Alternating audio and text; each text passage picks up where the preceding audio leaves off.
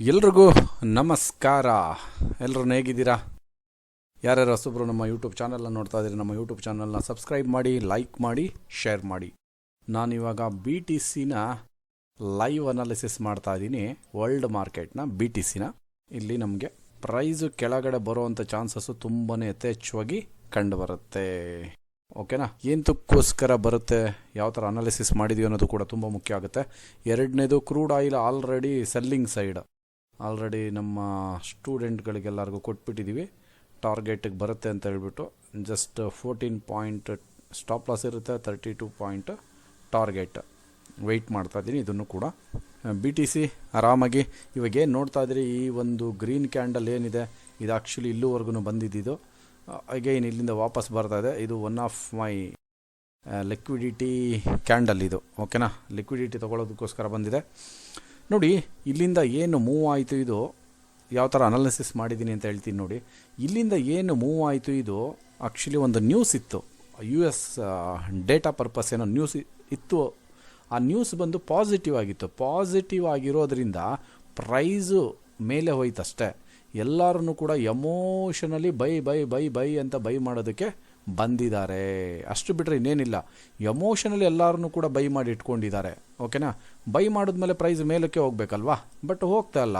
ಏನಾಗ್ತದೆ, ಈ emotional buying ಆಕ್ಟಿವಿಟೀಸ್ನ, ಈ ಬೈಯಿಂಗ್ ಲಿಕ್ವಿಡಿಟಿನ ಸೆಲ್ಲರ್ಸು, ಈ ಎಮೋಷನಲ್ ಮೊಮೆಂಟಮ್ ಬೈಯಿಂಗ್ ಲಿಕ್ವಿಡಿಟಿನ ಸೆಲ್ಲರ್ಸು ಆ ಆರ್ಡರ್ಗಳನ್ನ ಸ್ವೀಪ್ ಮಾಡಿದ್ದಾರೆ. ಅರ್ಥ ಆಯ್ತಲ್ಲ? ಆರ್ಡರ್ಗಳನ್ನ ಸ್ವೀಪ್ ಮಾಡಿದ್ದಾರೆ. ಸ್ವೀಪ್ ಮಾಡಿರೋದ್ರಿಂದ ಈ ಒಂದು ಟ್ರೇಡ್ನ ನಾನು ಅನಾಲಿಸಿಸ್ ಮಾಡಿ ಟಾರ್ಗೆಟ್ ಇಲ್ಲಿವರೆಗೂ ಬರುತ್ತೆ ಅಂತ ಇಟ್ಕೊತಾ ಇದ್ದೀನಿ. ಫಸ್ಟು ಇಲ್ಲಿಗೆ ಬರುತ್ತೆ, ಸೆಕೆಂಡ್ ಪಾಯಿಂಟ್ ಬಂದು ಇಲ್ಲಿವರೆಗೂ ಬರೋವಂಥ ಚಾನ್ಸಸ್ ಇರುತ್ತೆ. ಈ ಪಾಯಿಂಟ್ಗೆ ಫಸ್ಟ್ ಇಲ್ಲಿಗೆ ಬರುತ್ತೆ ಇಲ್ವಾ ಅಂತ ನೋಡೋಣ ಫಸ್ಟ್ ಅದನ್ನು. ಅದಾದಮೇಲೆ ಉಳಿದಿದ್ದು ದೊಡ್ಡ ದೊಡ್ಡ ಟಾರ್ಗೆಟ್ಗಳಿವೆಲ್ಲ BTCನಲ್ಲಿ. ಕೆಲವು ಟೈಮ್ ಏನಾಗ್ಬಿಡುತ್ತೆ ಗೊತ್ತಾ ಬಂಧುಗಳೇ, ನಾನು ಇಲ್ಲಿಗೆ ಇಟ್ಕೊಬೋದು ಈ ಪಾಯಿಂಟ್ಗೆ. ಕೆಲವು ಟೈಮ್ ಏನಾಗ್ಬಿಡುತ್ತೆ, ಈ ಪ್ರೈಸ್ ಇಲ್ಲಿ ಈ ಪಾಯಿಂಟ್ವರೆಗೂ ಬಂದೈತೆ, ಆಮೇಲೆ ಹೋಗ್ಬಿಡುತ್ತೆ ಹಿಂಗೆ.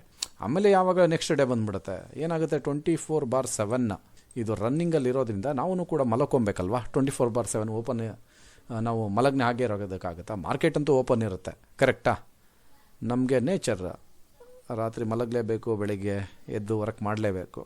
ಇವಾಗ ನಮಗೆ ಟೈಮ್ ಇರೋದ್ರಿಂದ ಇದನ್ನು ಅನಾಲಿಸಿಸ್ ಮಾಡ್ತಾ ಇದ್ದೀನಿ. ಓಕೆನಾ? ಆಲ್ರೆಡಿ ರಿಸ್ಕ್ ರಿವಾರ್ಡ್ ಎಲ್ಲನೂ ಕೂಡ ಆಲ್ರೆಡಿ ಸೆಟ್ ಆಗಿದೆ. ವೆಯ್ಟ್ ಮಾಡ್ತಾ ಇದ್ದೀನಿ. ಅರ್ಥ ಆಯ್ತಲ್ಲ? SL ತುಂಬಾ ಕಮ್ಮಿ ಇರುತ್ತೆ, 263 SL ಇರುತ್ತೆ. 930 ಪ್ರಾಫಿಟ್ನ ಎಕ್ಸ್ಪೆಕ್ಟ್ ಮಾಡ್ಬೋದಾಗಿರುತ್ತೆ. ನೋಡೋಣ ಬರುತ್ತಾ ಇಲ್ವಾ. ಜೊತೆಗೆ ಕಂಪ್ಲೀಟಾಗಿ ಇಲ್ಲಿಗೆ ಬರಲೇಬೇಕು. ರೀಸನ್ ಇದೆ ಬರೋದಕ್ಕೆ, ಅದಕ್ಕೆ ಒಂದು ಕಾರಣ ಇದೆ ಬರೋದಕ್ಕೆ. ಅರ್ಥ ಆಯ್ತಲ್ಲ? ವೆರಿ ಸಿಂಪಲ್, ಇನ್ನೇನು ಇಲ್ಲ. ಆಮೇಲೆ ಇವೆಲ್ಲ ತಿಳ್ಕೊಬೇಕಂದ್ರೆ ಅಧ್ಯಯನ ಮಾಡಬೇಕಾಗುತ್ತೆ. ಅಧ್ಯಯನ ಮಾಡಿದ್ರೆ ಇವೆಲ್ಲ ಗೊತ್ತಾಗುತ್ತೆ, ಇಲ್ಲ ಅಂದರೆ ಗೊತ್ತಾಗೋದಿಲ್ಲ. ನಿಮಗೆ ಹೆಂಗೆ ಗೊತ್ತಾಗುತ್ತೆ? ಸಾಧ್ಯನಾ? ಇಲ್ಲ. ಈ ಚಾರ್ಟನ್ನು ನೋಡಿ, ಯಾವುದೇ ಥರದ ಇಂಡಿಕೇಟರ್ ಆಗಲಿ, ವಾಲ್ಯೂಮ್ ಆಗಲಿ, ಟ್ರೆಂಡ್ ಲೈನ್ ಆಗಲಿ, ಮೂವಿಂಗ್ ಅವರೇಜ್ ಆಗಲಿ, ಆ ಲೈನ್ ಈ ಲೈನ್, ಮಣ್ಣು ಮಸಿ ಏನೂ ಇಲ್ಲ. Plain chart. ಒಬ್ಬ ಸಾಮಾನ್ಯ ರೈತನ ಮಗ ಇದನ್ನೆಲ್ಲನೂ ಮಾಡ್ತಾ ಇರೋದು. ನಿಮ್ಮ ಕೈಲಾಗಲ್ವಾ? 100% ಆಗುತ್ತೆ. ನೀವು ಮಾಡಬೇಕಷ್ಟೇ.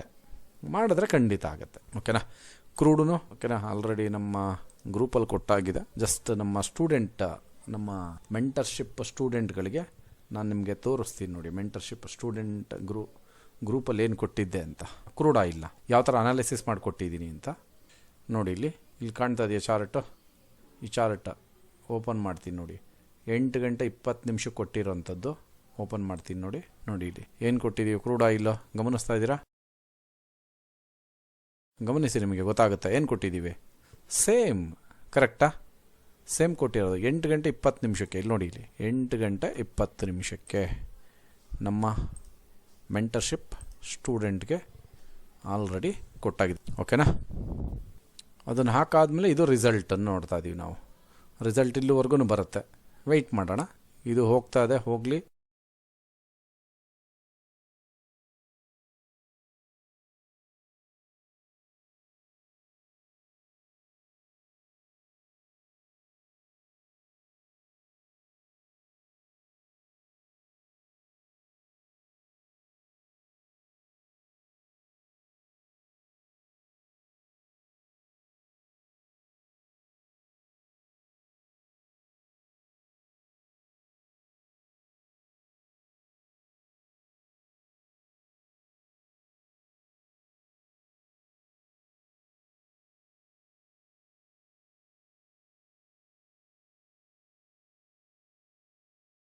ನೋಡಿ ಆಲ್ರೆಡಿ ಕ್ರೂಡ್ ಆಯಿಲು ಟಾರ್ಗೆಟ್ ಹತ್ರ ಬರ್ತಾ ಇದೆ. ಕ್ರೂಡ್ ಆಯಿಲು ಸ್ವಲ್ಪ ಇದೆ ಅಷ್ಟೇ, 5645 ಬರಬೇಕು.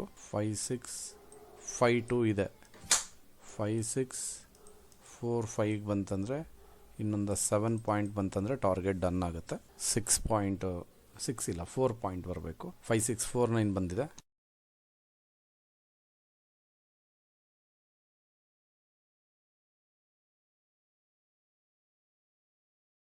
ನೋಡಿ ಇಲ್ಲಿ crude oil target done and dusted. Very simple trading technique. ಓಕೆನಾ? ಓಕೆ, ನಮಗೆ ಬಿ ಟಿ ಸಿನೂ ಕೂಡ ಹಾಗೆ ಬರುತ್ತೆ, ಟಾರ್ಗೆಟ್ ಹತ್ರ ಬಂದೇ ಬರುತ್ತೆ.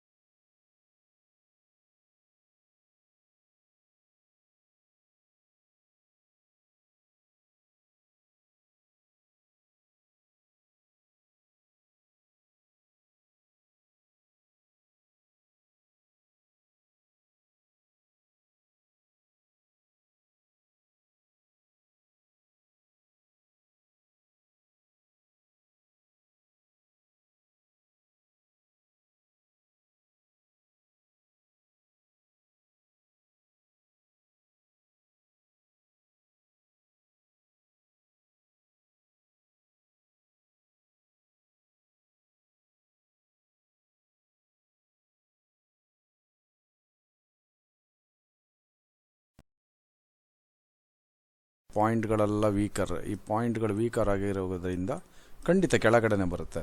ತಾಳ್ಮೆಯಿಂದ ಕಾಯಬೇಕು ನಾವು. ತಾಳ್ಮೆ ತುಂಬ ಮುಖ್ಯ. ಓಕೆನಾ? ತಾಳ್ಮೆ ತುಂಬ ಮುಖ್ಯ. ತಾಳ್ಮೆ ಇಲ್ಲ ಅಂದರೆ ಟ್ರೇಡಿಂಗ್ನಲ್ಲಿ ಆಗೋದೇ ಇಲ್ಲ. ಕಾಯಬೇಕು. ಆಮೇಲೆ ಎರಡನೇದು, ಮಾರ್ಕೆಟು ಮೇಲೆ ಹೋಗುತ್ತೆ, ಕೆಳಗಡೆ ವೇರಿಯೇಷನ್ಸ್ ಇದ್ದೇ ಇರುತ್ತೆ. ಅದೆಲ್ಲಕ್ಕೂ ಏನೂ ಮಾಡೋದಕ್ಕೆ ಹೋಗ್ಬಾರ್ದು. ನೋಡಿ ಇಲ್ಲಿ ಇವಾಗ ಗ್ರೀನ್ ಇತ್ತು, ರೆಡ್ ಆಗುತ್ತೆ, ರೆಡ್ ಇದ್ದಿದ್ದು ಗ್ರೀನ್ ಆಗುತ್ತೆ. ಒಂದು ಸ್ಟ್ರಾಟಜಿನ ನಾವು ರೆಡಿ ಮಾಡಿದ್ಮೇಲೆ ಆ ಸ್ಟ್ರಾಟಜಿ ಪ್ರಕಾರನೇ ವರ್ಕ್ ಮಾಡಬೇಕು. ಅರ್ಥ ಆಗ್ತದೆಯಾ? ಆ ಸ್ಟ್ರಾಟಜಿ ಪ್ರಕಾರನ ಇವಾಗ ನಾವು ಈ ಪಾಯಿಂಟಲ್ಲಿದ್ದಾಗ ಹೇಳಿದ್ವಿ ಸೆಲ್ಲಿಂಗ್ ಬರುತ್ತೆ ಅಂತ ಹೇಳ್ಬಿಟ್ಟು. ಇವಾಗ ಇಲ್ಲಿಂದ ಇಲ್ಲಿವರೆಗೂ ಮಾರ್ಕೆಟ್ ಬಂದಿದೆ, ಕರೆಕ್ಟಾ? ಇದನ್ನು ಎಳ್ಕೊಬಂದಿರೋರೆ ನಾವು ಆ್ಯಕ್ಚುಲಿ ಹೇಳ್ಬೇಕಂದ್ರೆ ನಮ್ಮ ಸ್ಟ್ರಾಟಜಿ ಅಲ್ವಾ? ಈ ಒಂದು ಸ್ಟ್ರಾಟಜಿಗಿರೋವಂಥ ಒಂದು ಪವರ್, ಅದು ಆ ಪವರ್ ಏನು ಅಂತ ತಿಳ್ಕೊಂಡಿರಬೇಕು ನಾವು. ಟ್ರೇಡಿಂಗಿಗೆ ಇಳಿಯೋದಕ್ಕಿಂತ ಮುಂಚೆ ನಮ್ಮ ಸ್ಟ್ರಾಟಜಿ ಬರ್ತಾ ಇದೆಯಾ ಅಂತ ನೋಡಬೇಕು. ಓಕೆನಾ? ನಮ್ಮ ಸ್ಟ್ರಾಟಜಿ ಬಂದಾದಮೇಲೆ ಟಾರ್ಗೆಟ್ನ ಫಿಕ್ಸ್ ಮಾಡ್ಕೊಬೇಕು, ರಿಸ್ಕನ್ನು ಫಿಕ್ಸ್ ಮಾಡ್ಕೊಬೇಕು, ರಿವಾರ್ಡ್ ಎಷ್ಟು ಬರುತ್ತೆ ಅಂತ ನೋಡಬೇಕು. ಅಷ್ಟನ್ನು ನೋಡ್ತಾ ಅಂದರೆ ನಮಗೆ ರಿವಾರ್ಡ್ ಬಂದೇ ಬರುತ್ತೆ. ಟೈಮ್ ಬಂದು 10:33 ರಾತ್ರಿ. ಓಕೆನಾ? 10:33 ಆಗ್ತದೆ. Waiting for the target.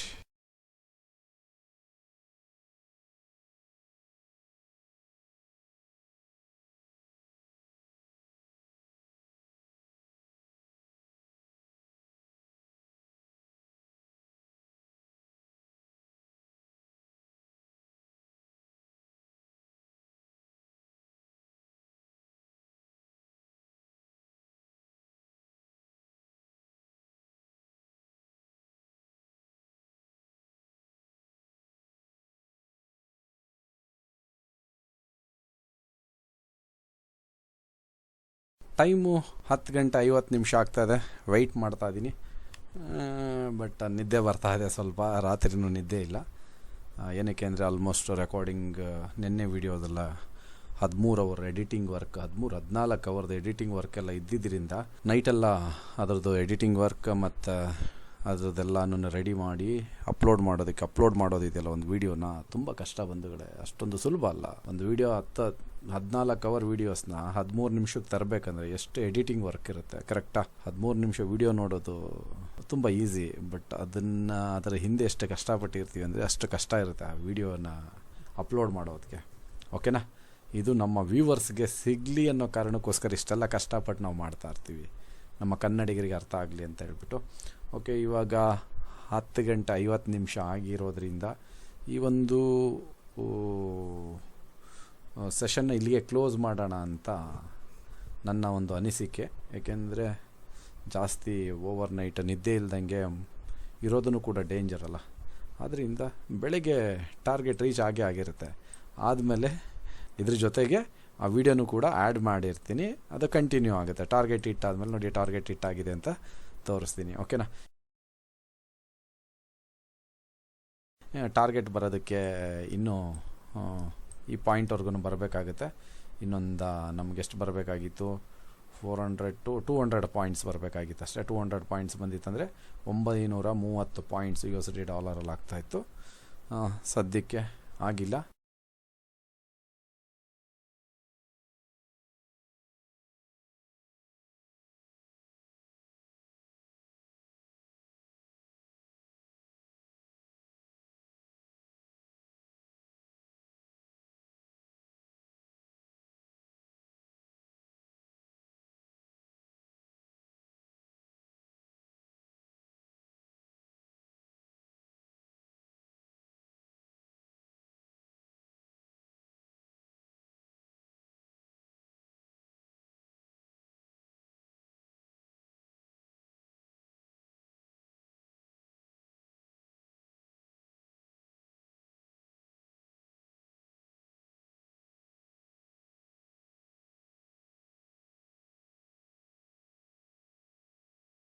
ಎಲ್ರಿಗೂ ಬೆಳಗಿನ ಶುಭೋದಯ.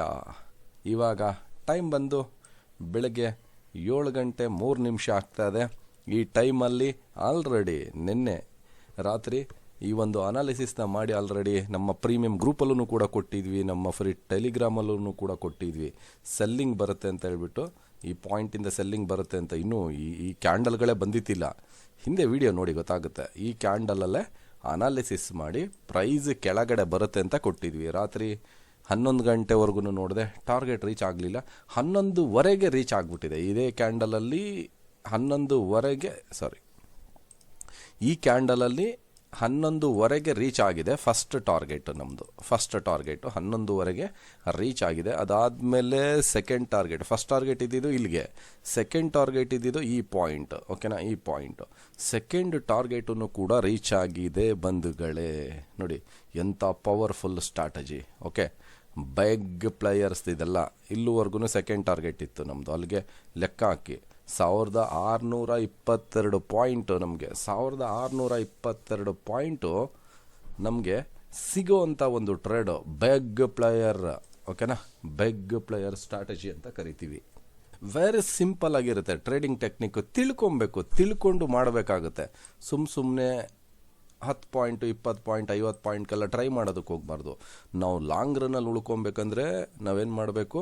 ತುಂಬ ಲಾಂಗಾಗಿ ಯೋಚನೆ ಮಾಡಬೇಕು. ಆಮೇಲೆ ಲಾಂಗಾಗಿ ಯೋಚನೆ ಮಾಡಬೇಕಂದ್ರೆ ಅಧ್ಯಯನ ಮಾಡಬೇಕು. ಅಧ್ಯಯನ ಮಾಡ್ತಂದ್ರೆ ಮಾತ್ರ ಸಾಧ್ಯ ಆಗುತ್ತೆ. 24/7 ನಮಗೆ BTC ಓಡ್ತಾ ಇರುತ್ತೆ. ಅರ್ಥ ಆಗ್ತದೆಯಲ್ಲ? ಈ ಒಂದು ಟಾರ್ಗೆಟ್ ರೀಚ್ ಆಗಿದೆ. ಟಾರ್ಗೆಟ್ ರೀಚ್ ಆಗಿರೋದ್ರಿಂದ ಈ ಒಂದು ಲೈವ್ ಸೆಷನ್ನು ಕೂಡ ಕ್ಲೋಸ್ ಮಾಡ್ತೀನಿ. ಯಾವುದಾದ್ರೂ ನ್ಯೂ ಅನಾಲಿಸಿಸ್ ಇತ್ತಂದರೆ ಖಂಡಿತ ನಾನು ಕೊಡ್ತೇನೆ. ಈ ಒಂದು ಟೆಕ್ನಿಕಲ್ ಅನಾಲಿಸಿಸ್ ಈ ಒಂದು ಲೈವ್ ಸೆಷನ್ನಲ್ಲಿ ಯಾವ ಥರ ಇತ್ತು ಎಂಬುದನ್ನು ನಿಮ್ಮ ಒಂದು ಅತ್ಯಮೂಲ್ಯವಾದ ಒಂದು ಕಮೆಂಟ್ ಮುಖಾಂತರ ತಿಳಿಸ್ಕೊಡಿ. ಜೊತೆಗೆ ಯಾರ್ಯಾರು ನಮ್ಮ ಯೂಟ್ಯೂಬ್ ಚಾನೆಲ್ನ ನೋಡ್ತಾ ಇದ್ದೀರಾ, ಪ್ರತಿಯೊಬ್ಬ ನಮ್ಮ ಕನ್ನಡಿಗರಿಗೂ ತುಂಬ ಹೃದಯದ ಧನ್ಯವಾದಗಳನ್ನು ತಿಳಿಸುತ್ತೇನೆ.